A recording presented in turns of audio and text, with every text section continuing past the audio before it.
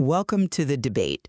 When Minnesota's daycare welfare programs are hit with allegations of massive, widespread fraud that officials were reportedly warned about for 10 years, the question isn't if we need action, it's what kind of action.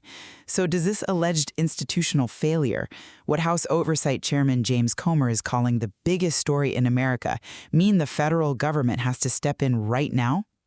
And that really is the central tension here, isn't it? Is the right path to accountability through legislative oversight, Congress compelling testimony from state officials like Governor Tim Walz, or is it purely a legal matter for the Department of Justice to handle on its own? My position is that the sheer scale of this and the alleged long-term political negligence, it absolutely mandates federal congressional oversight. We need to hold high-ranking politicians accountable for what looks like a decade of inaction.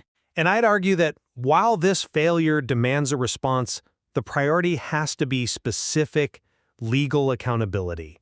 That means letting the DOJ prosecute. We have to make sure the criminal justice process can actually run its course without getting buried under a highly charged political hearing. The evidence here points to a fundamental failure of state leadership. Comer asserts that Governor Walz and Keith Ellison were, and I'm quoting, told countless times about the fraud.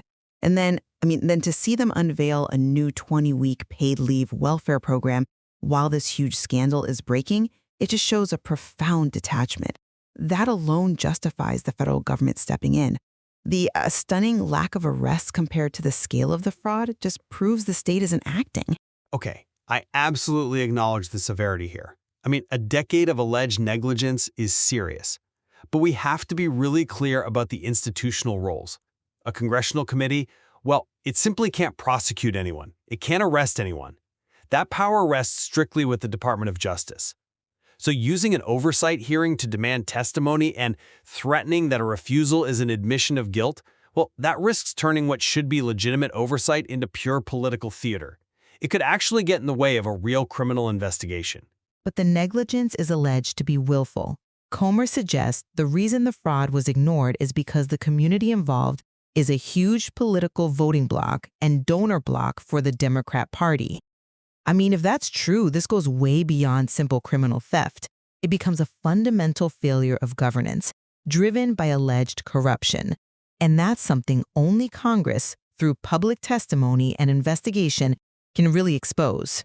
I see why you think that. I do. But focusing only on political motives can distract from the core legal problem, which is the low rate of prosecution. Look, if the main issue is that people aren't already in handcuffs, we have to examine the systemic challenges here. Fraud cases like this, with money dispersed all over the place through complex programs, they often have incredibly high barriers to get an indictment. So prosecuting this kind of thing is inherently difficult and slow, regardless of the state's political will. But this failure highlights critical vulnerabilities in programs that are run jointly by federal and state governments. So a federal hearing isn't just about arrests. It's necessary to drive structural reforms, things like federally mandated auditing standards, or other checks that apparently state leaders have resisted putting in place. I'm just not convinced that structural reform is the main goal of this hearing. When Chairman Comer uses the platform to push for ending these programs entirely or to demand mass deportations, the function of the hearing shifts. It moves from a legitimate legislative tool into a very broad partisan policy push.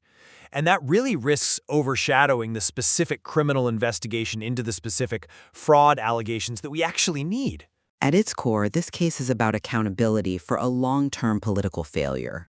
When state leaders allegedly turn a blind eye to fraud of this magnitude for a decade, federal intervention is the essential check needed to protect billions of taxpayer dollars. And accountability has to be precise and legal.